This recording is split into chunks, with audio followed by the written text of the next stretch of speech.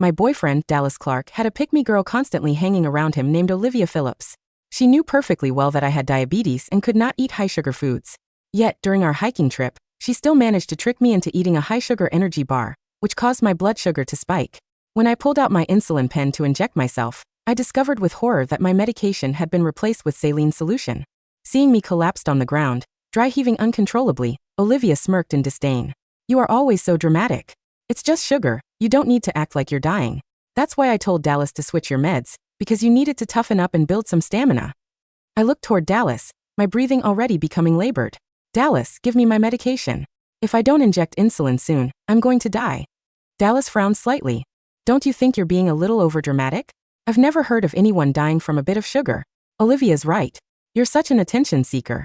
We barely get together as a group, and here you are causing a scene." My heart sank, and I called Dad immediately. "Dad, I'm getting bullied and I might die. Are you going to do something about it or not?" Dallas Clarke snatched my phone away and hit the end call button. His face was full of contempt and impatience. "Sabrina Tanner, are you seriously this childish? You're a grown woman, and you're still tattling to your parents." He shoved my phone into his pocket and let out a cold laugh. "Do you seriously think one phone call is going to make your dad, who works out in the woods somewhere, swoop in to save you?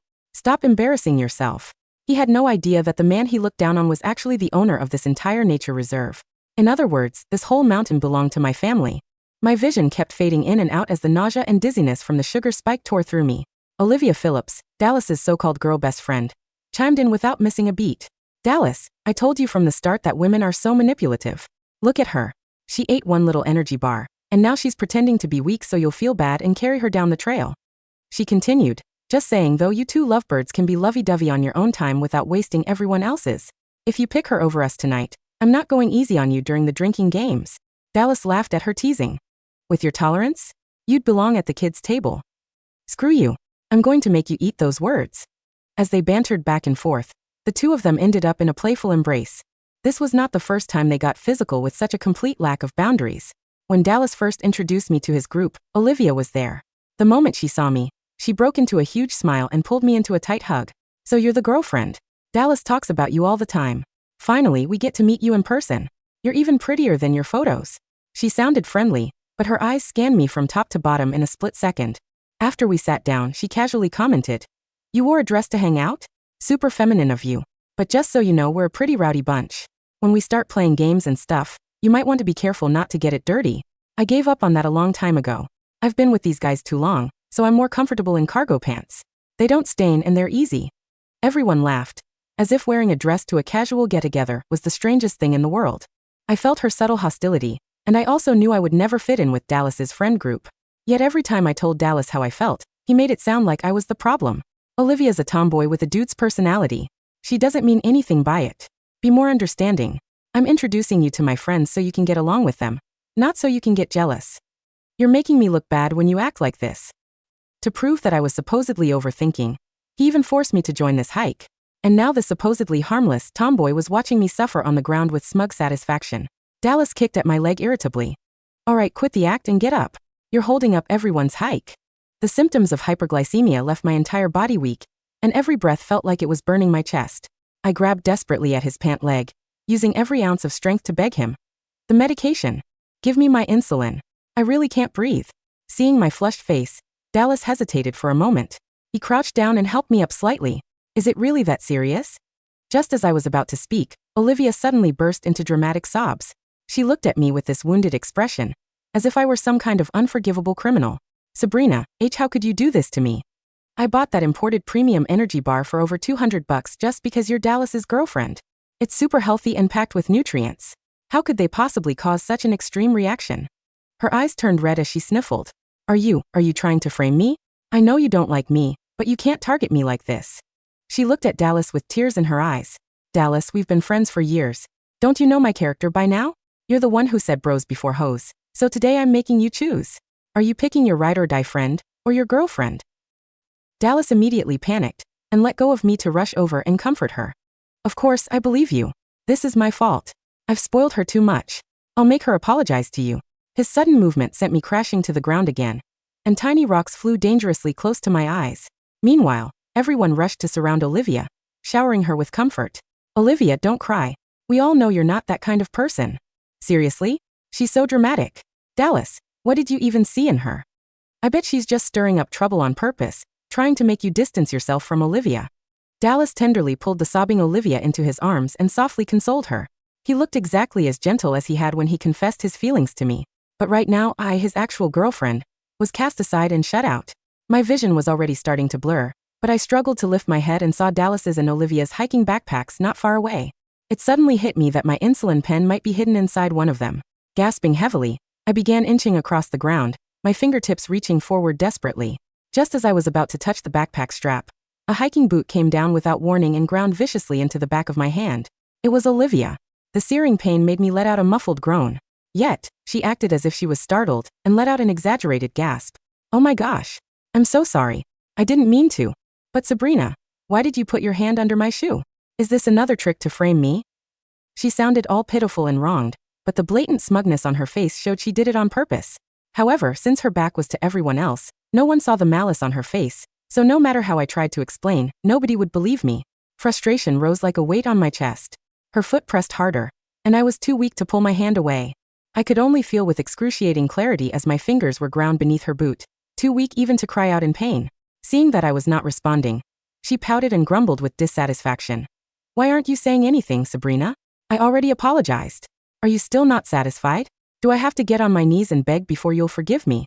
Dallas heard the commotion and came over with a frown. Olivia quickly lifted her foot. He did not even glance at my red and swollen hand, instead pulling her behind him protectively and shouting at me harshly. Sabrina, have you not made enough trouble? I haven't even confronted you about earlier, and now you're starting again. Do you need everyone here to be miserable before you're satisfied? He glared at me from above, like he was passing judgment on a criminal as he barked. Apologize to Olivia immediately. The way Dallas was protecting Olivia made them look like the actual couple. I suddenly remembered what happened 3 days ago. We were at another group hangout when Dallas and Olivia left the private room for a long time. Feeling uneasy, I went looking for them and finally found them outside the restroom. The hallway lighting was dim, and Olivia had both hands positioned between Dallas's waist and abdomen. Their bodies pressed intimately close in a way that made my stomach turn. When I furiously rushed over, she was just finishing zipping up his pants. She looked at me with those eyes that always carried a mocking gleam.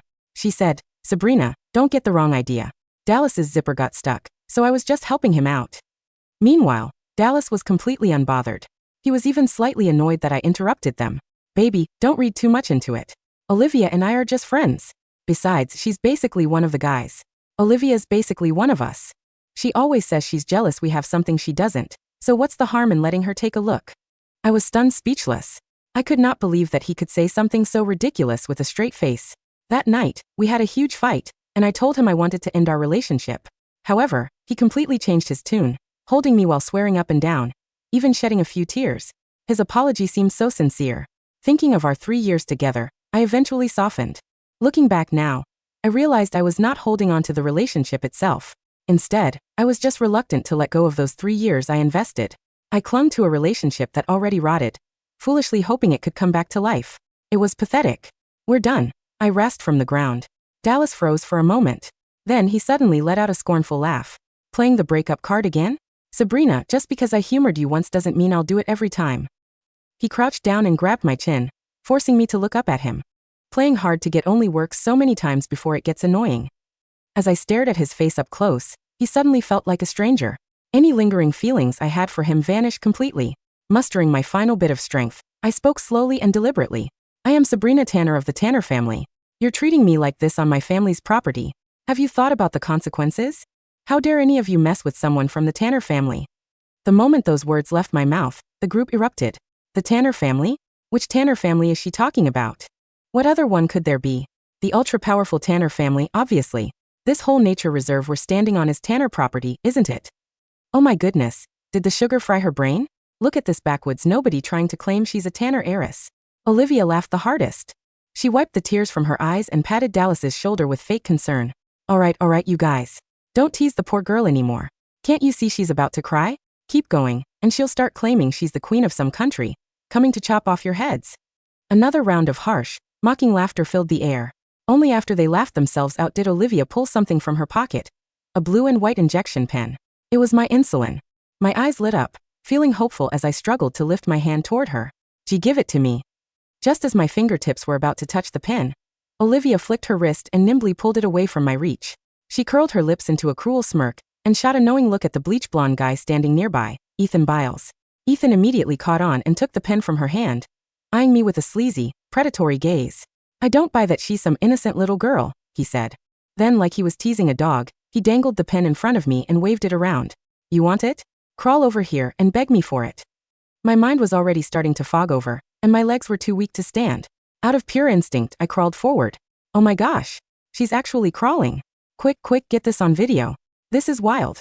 As the sounds of their excited jeering and phone cameras clicking filled my ears, humiliation washed over me completely. I could even sense Dallas' expression darkening further. He probably thought I was making him look like a complete fool right now. Yet, I could not care less. My body was at its absolute limit. And if I did not get insulin soon, I would go into shock or even die. I crawled to Ethan's feet and looked up at him, begging pathetically. "Please, give it to me. I'm begging you."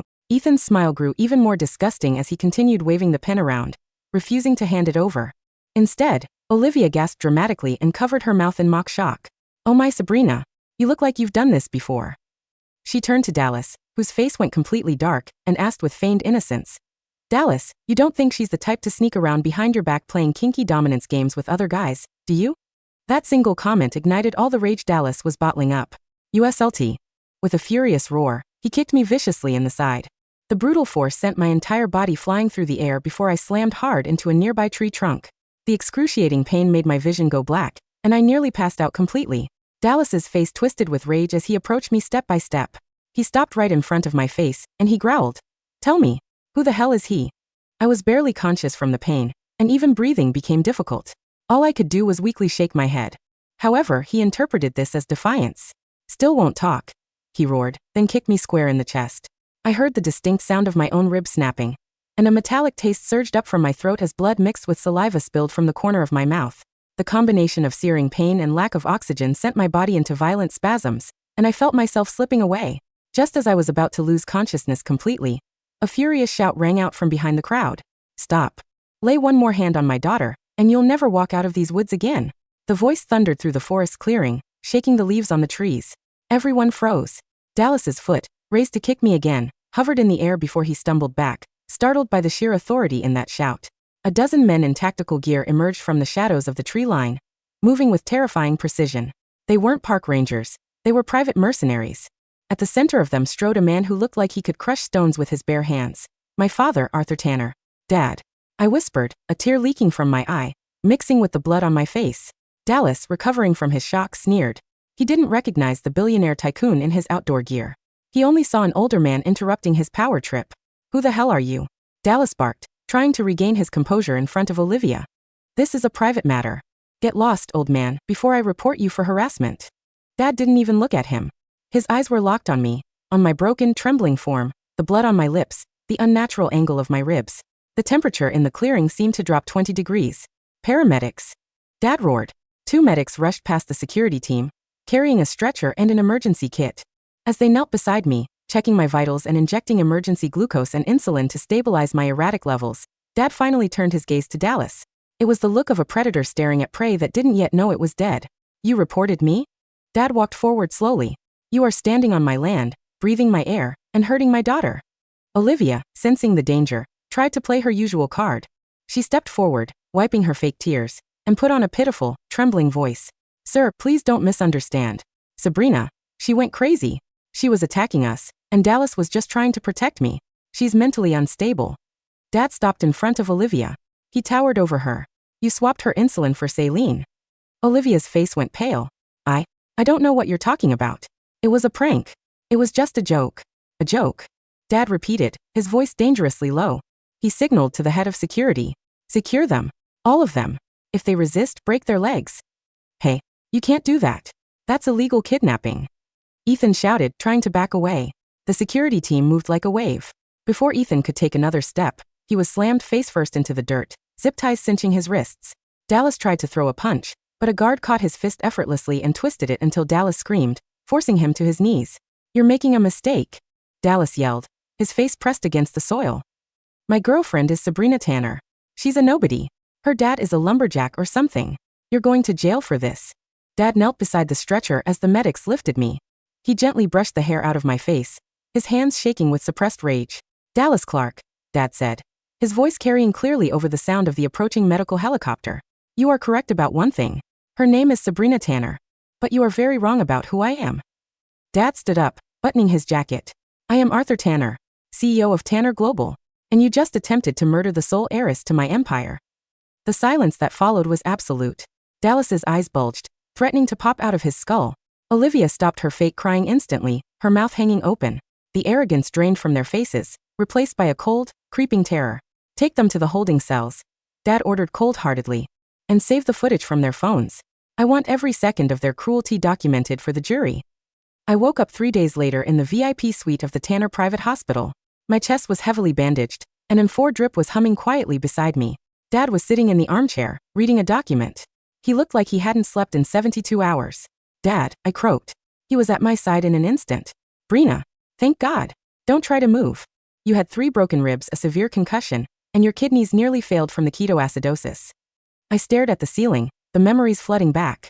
The sugar, the saline, the boot crushing my hand, the kick to my chest. Where are they? I asked, my voice devoid of emotion. In police custody, Dad said grimly. I had the local sheriff transfer them to the darkest cells available. Bail has been denied. The charges are attempted murder, assault causing bodily harm, and conspiracy. Dallas. He's been crying for you, Dad said with a disgusted sneer. Claiming it was a misunderstanding. Claiming he loves you. He says Olivia manipulated him. I closed my eyes. And Olivia? She's blaming you. She told the police you asked her to hold the pen, and that you staged the whole thing for attention. I let out a weak, dry laugh that hurt my ribs. Typical. Sabrina, Dad took my hand. I let you live a normal life because you wanted to stay grounded. I let you date that boy because I thought you needed to make your own choices. But I will not stand by while people treat you like trash. I am going to destroy them. But I want to know what you want. I looked at my hand, the one Olivia had stepped on. It was wrapped in gauze, the fingers bruised black and blue. I thought about the 3 years I wasted on Dallas. I thought about how desperate I had been for his approval, for his friend's acceptance. That desperate girl died in the woods. I don't just want them in jail, Dad, I said, my eyes hardening. I want them to have nothing. I want everyone to know what they did. I want to watch them turn on each other. Dad smiled, a cold, ruthless smile. That's my girl. Rest now. The show is just beginning. The first step wasn't legal, it was social. While I recovered, Dad's legal team released the video footage. Not the whole thing, just enough. The clip of Olivia stomping on my hand while smiling, and the clip of Ethan dangling the insulin pen while I crawled. It went viral overnight. #Justice for Sabrina trended globally. Dallas worked as a junior marketing executive at a mid-sized firm. Olivia was an influencer and a fitness instructor at a high-end gym. Ethan was a trust fund kid still in grad school. By the time I was discharged from the hospital a week later, their lives were already burning. I sat in my penthouse living room, watching the news on a massive screen. Breaking news. The trio involved in the brutal assault of heiress Sabrina Tanner appeared in court today. The internet has dubbed Olivia Phillips the monster of the mountain. All sponsors have dropped Phillips, and she has been permanently banned from the National Fitness Association. The screen cut to Dallas being let out of a police van. He looked haggard, unshaven, and terrified. People behind the barricades were throwing rotten eggs and trash at him. My phone buzzed. It was an unknown number. I knew who it was. I put it on speaker. Sabrina? Sabrina, please baby, don't hang up. Dallas's voice was frantic, cracking with desperation. He was using his one phone call from the county jail. You have 3 minutes, Dallas, I said, sipping my tea. Baby, you have to tell them to stop. They're ruining me. I lost my job, my apartment. My parents won't even talk to me because the media is camped outside their house. You know I didn't mean to hurt you. It was Olivia. She told me the pen was fake. She told me you were acting. And kicking me in the ribs? Was that Olivia too? I asked calmly. I was angry. I was jealous. Because I love you so much, I couldn't stand the thought of you cheating. Please, Sabrina. I know you're rich now. I don't care about the money. I just want us back. I can handle being Mr. Tanner. I'll be the best husband. Husband? I laughed, a sharp sound. Dallas, you kicked me while I was dying. You watched me crawl. You aren't going to be my husband. You're going to be an inmate. Sabrina, don't do this. I know secrets about you. I know you have a scar on your thigh. I'll tell the press you're crazy. Go ahead, I said. See who believes you. Oh, and Dallas? I hope you like the public defender. I bought the law firm you tried to hire. They dropped your case this morning. I hung up. The trial was scheduled for 2 months later. In that time, my lawyer, a shark named Mr. Sterling, went to work on their psychology. We offered a plea deal. Not to all of them, just to one of them. The first one to testify against the others would get a reduced sentence of 5 years. The others would face 20. We sent the offer to Olivia, Dallas, and Ethan simultaneously. Then we waited. I was attending physical therapy for my hand when Mr. Sterling called. It's a bloodbath, Miss Tanner. They are tearing each other apart. Tell me, I said, continuing my wrist exercises. Olivia is claiming Dallas masterminded the insulin swap to kill you and inherit your life insurance, which doesn't exist, but she's desperate. Dallas is claiming Olivia and Ethan were having an affair and planned to kill you to get you out of the picture so Olivia could take your place. Ethan is crying and saying he was just following orders. Who cracked first? Dallas, Sterling said. He handed over text messages. Apparently, Olivia texted him weeks ago saying, if she just disappeared on the mountain, no one would know. My blood ran cold. It hadn't just been bullying. It had been premeditated. Does Olivia know? She knows now. And she's furious. She wants to meet with you. She says she has information that Dallas is hiding. Set it up, I said. I want to see her squirm. I met Olivia in the visitation room of the Women's Detention Center. She wore an orange jumpsuit, no makeup, her hair greasy and matted. She looked 10 years older. When she saw me, wearing a tailored white suit, looking the picture of health and wealth, her eyes filled with pure venom. UB*TCH, she hissed through the glass. You played us. You knew the whole time, didn't you? You watched us like we were clowns. I didn't play anyone, Olivia, I said smoothly. I was just a girl who loved her boyfriend. You were the one who decided that made me a target. I should have stepped on your throat, not your hand, she spat. Charming. Is that what you wanted to tell me? Because I'm about to leave. Wait. She slammed her hand against the glass. Dallas isn't the victim he's pretending to be. He stole from you. Check your bank accounts from the last 2 years. The investments he made for you? The money he borrowed. I raised an eyebrow. I know he stole about 50 grand. It's pocket change, Olivia. He didn't just steal money, Olivia grinned, her teeth yellowing. He stole your design portfolio. You know those graphic designs you made for fun? The ones you left on his laptop? He sold them to a third-party company under his name. He made a fortune off your work while calling you talentless. I froze. Those designs were personal. They were sketches of the nature reserve. Memories of my mother. Why tell me this? Because if I'm going down, I'm taking him to hell with me, Olivia whispered. I have the emails on my cloud. I'll give you the password. Destroy him, Sabrina. Make him suffer more than me. It was pathetic. Even in defeat, she was obsessed with being the winner of the breakup. You're both going to hell, I said, standing up. But thanks for the ammo. The trial was the media event of the year. I took the stand, recounting the events with calm precision. The defense attorneys tried to paint me as a spoiled heiress who exaggerated her condition, but the medical reports and the video footage were irrefutable. When the video of the assault played in the courtroom, the jury looked physically ill. Dallas couldn't even lift his head. Olivia stared straight ahead, dead-eyed. Then came the sentencing. The judge, a stern woman with zero tolerance for cruelty, looked down at the 3 defendants. In all my years on the bench, I have rarely seen such callous disregard for human life disguised as friendship.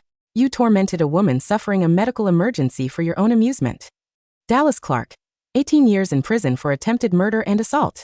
Olivia Phillips, 20 years in prison, due to the premeditated text messages and being the instigator. Ethan Biles, 8 years in prison as an accessory. As the gavel banged, Dallas screamed. He lunged toward the gallery where I was sitting with my dad. Sabrina, I love you. I'm sorry. Don't let them take me. Security tackled him instantly. As he was dragged away, weeping like a child, our eyes met one last time. I felt nothing. No love, no hate. Just the indifference you feel when looking at a bag of trash on the curb. Olivia didn't scream. She looked at me and mouthed, "You win." I turned to my dad. Let's go home. 3 years later, I stood at the peak of the mountain, the same trail where I had nearly died. But now, the path was paved, and there was a beautiful wooden observation deck named the Tanner Sanctuary. I wasn't hiking in a dress and flats this time. I was wearing professional gear, checking the safety rails. Ms. Tanner? I turned around. A tall man with kind eyes and a rugged smile was holding a clipboard. It was Julian, the new head ranger of the reserve. He knew about my diabetes. He always carried spare glucose tabs in his pocket, just in case, without ever making a big deal out of it. The inspection is done, Julian said. Everything is up to code. Also, I packed a lunch. Low carb, high protein. Thought you might be hungry. I smiled, feeling a warmth in my chest that had nothing to do with the sun. Thank you, Julian. My phone buzzed. It was a notification from my lawyer. Update: Dallas Clarke was denied parole. He was also beaten in the recreation yard yesterday. He is requesting a transfer to protective custody. I swiped the notification away without replying. I looked out over the vast, green expanse of my family's mountain. The air was clean. The sky was blue. I was healthy, powerful, and free. They had tried to crush me into the dirt, thinking I was weak. They didn't realize that I was a seed. I took a deep breath of the mountain air and turned back to Julian. Let's eat, I said. I'm starving. The end.